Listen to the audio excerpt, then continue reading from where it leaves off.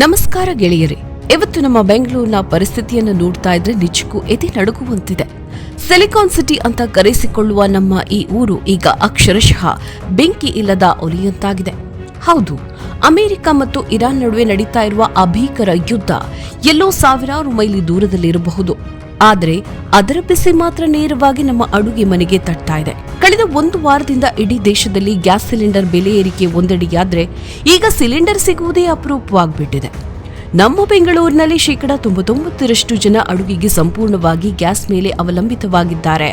ಈಗಿನ ಪರಿಸ್ಥಿತಿ ನೋಡಿದ್ರೆ ಅಡುಗೆ ಮನೆಯಲ್ಲಿ ಗ್ಯಾಸ್ ಖಾಲಿಯಾದ್ರೆ ಸಾಕು, ಮನೆಯಲ್ಲಿ ಹಸಿವಿನ ಕೂಗು ಶುರುವಾಗುವುದು ಗ್ಯಾರಂಟಿ. ಮೊದಲೆಲ್ಲ ಬುಕ್ ಮಾಡಿದ್ರೆ 2 ದಿನಕ್ಕೆ ಬರ್ತಾ ಇದ್ದ ಸಿಲಿಂಡರ್ ಈಗ ವಾರ ಕಳೆದರೂ ಮನೆಗೆ ಹತ್ತಿರ ಸುಳಿತಾ ಇಲ್ಲ. ಈ ಅನಿಶ್ಚಿತತೆ ಹೀಗೆ ಮುಂದುವರೆದರೆ ಮುಂದಿನ ಒಂದು ವಾರದಲ್ಲಿ ಬೆಂಗಳೂರಿನ ಜನರ ಕಷ್ಟ ದೇವರಿಗೇ ಪ್ರೀತಿ ಎಂಬಂತಾಗುವುದರಲ್ಲಿ ಸಂಶಯವಿಲ್ಲ. ಬೆಂಗಳೂರಿಗೆ ಬಂದಿರುವ ಈ ಗಂಡಾಂತರ ಕೇವಲ ಮನೆಗಳಿಗಷ್ಟೇ ಸೀಮಿತವಾಗಿಲ್ಲ.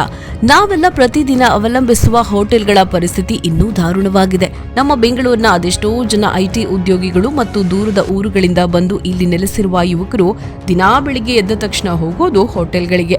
ಆದರೆ ಈಗಿನ ಗ್ಯಾಸ್ ಅಭಾವದಿಂದಾಗಿ ಅದೆಷ್ಟೋ ಹೋಟೆಲ್ಗಳು ಬಾಗಿಲು ಹಾಕುವ ಹಂತಕ್ಕೆ ಬಂದಿವೆ.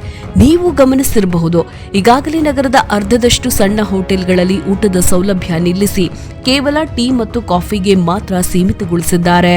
ಕಮರ್ಷಿಯಲ್ ಸಿಲಿಂಡರ್ ಬೆಲೆ ಗಗನಕ್ಕೇರಿದೆ. ಅದು ಸಾಲದು ಅಂತ ಈಗ ಬ್ಲಾಕ್ ಮಾರ್ಕೆಟ್ ನಲ್ಲಿ ಡಬಲ್ ಹಣ ಕೊಟ್ಟರು ಸಿಲಿಂಡರ್ ಸಿಗ್ತಿಲ್ಲ.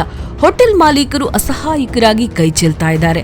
ಇನ್ನೊಂದು ವಾರ ಹೇಗೋ ತಳ್ಳಬಹುದು, ಆಮೇಲೆ ಹೋಟೆಲ್ ಬಾಗಿಲು ಹಾಕ್ಲೇಬೇಕಾಗತ್ತೆ ಅಂತ ಅವರು ನೋವಿನಿಂದ ಹೇಳ್ತಾ ಇದ್ದಾರೆ.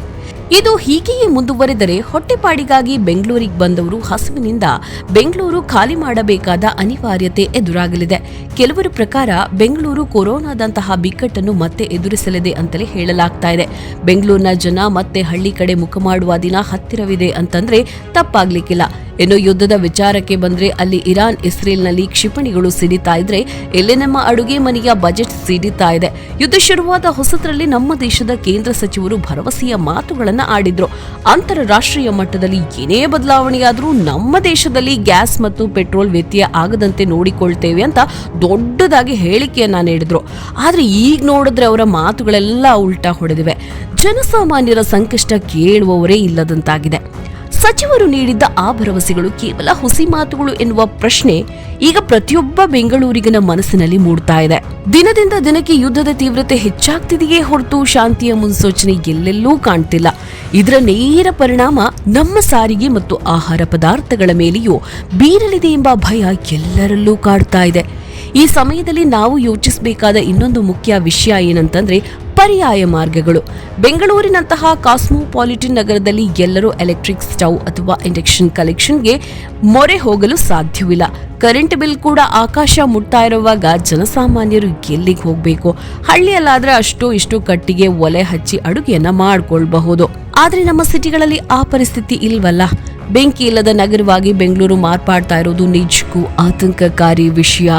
ಒಂದು ಕಾಲದಲ್ಲಿ ಬಡವರ ಬದುಕಿಗೆ ಆಸರಿಯಾಗಿದ್ದ ಸೀಮೆ ಎಣ್ಣೆ ಕೂಡ ಈಗ ಮರೀಚಿಕೆಯಾಗಿದೆ. ಹೀಗಿರುವಾಗ ಸರ್ಕಾರ ಈಗಲಾದ್ರೂ ಎಚ್ಚೆತ್ತುಕೊಂಡು ತುರ್ತು ಕ್ರಮ ಕೈಗೊಳ್ಳದಿದ್ರೆ ಪರಿಸ್ಥಿತಿ ಕೈ ಮೀರಿ ಹೋಗಲಿದೆ.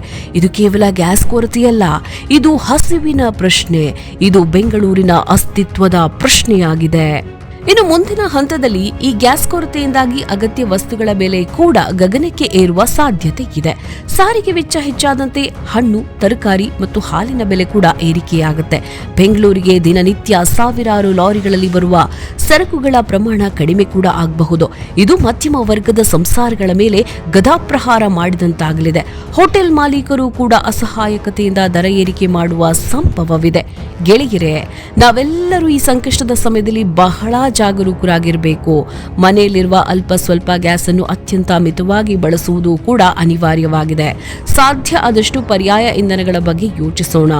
ಹೋಟೆಲ್ಗಳು ಬಂದ್ ಆದರೆ ಆಗುವ ತೊಂದರೆಯನ್ನ ನಿಭಾಯಿಸಲು ಈಗಿನಿಂದಲೇ ಸಿದ್ಧರಾಗಿರಬೇಕು. ಈ ಕಷ್ಟದ ಕಾಲ ನಮ್ಮ ಸಂಯಮವನ್ನ ಪರೀಕ್ಷಿಸ್ತಾ ಇದೆ. ಅಮೆರಿಕ ಮತ್ತು ಇರಾನ್ ನಡುವಿನ ಹಗ್ಗಜಗ್ಗಾಟ ಇಡೀ ಜಗತ್ತನ್ನೇ ಆರ್ಥಿಕ ಮುಗ್ಗಟ್ಟಿಗೆ ನೂಕುವ ಲಕ್ಷಣಗಳು ಕೂಡ ಸ್ಪಷ್ಟವಾಗಿ ಕಂಡು ಬರ್ತಾ ಇದೆ. ಮುಂದಿನ ದಿನಗಳಲ್ಲಿ ಇದರ ಪ್ರಭಾವ ಇನ್ನು ಯಾವ ರೀತಿ ಇರಲಿದೆ ಎಂಬುದನ್ನು ನಾವು ಕೂಡ ಕಾದು ನೋಡಬೇಕಿದೆ. ಒಟ್ಟಿನಲ್ಲಿ ಬೆಂಗಳೂರಿನ ಪಾಲಿಗೆ ಈ ಒಂದು ವಾರ ಅಗ್ನಿ ಪರೀಕ್ಷೆಯಂತೂ ಹೌದು. ನೀವು ಕೂಡ ನಿಮ್ಮ ಅಕ್ಕಪಕ್ಕದ ಗ್ಯಾಸ್ ಏಜೆನ್ಸಿಗಳಲ್ಲಿ ವಿಚಾರಿಸಿ ಮುನ್ನೆಚ್ಚರಿಕೆಯನ್ನ ವಹಿಸಿ. ಸದ್ಯದ ಪರಿಸ್ಥಿತಿಯಲ್ಲಿ ದೇವರು ಮತ್ತು ಸರ್ಕಾರದ ಕೃಪೆ ಎರಡೂ ನಮಗೆ ಬಹಳ ಮುಖ್ಯವಾಗಿದೆ.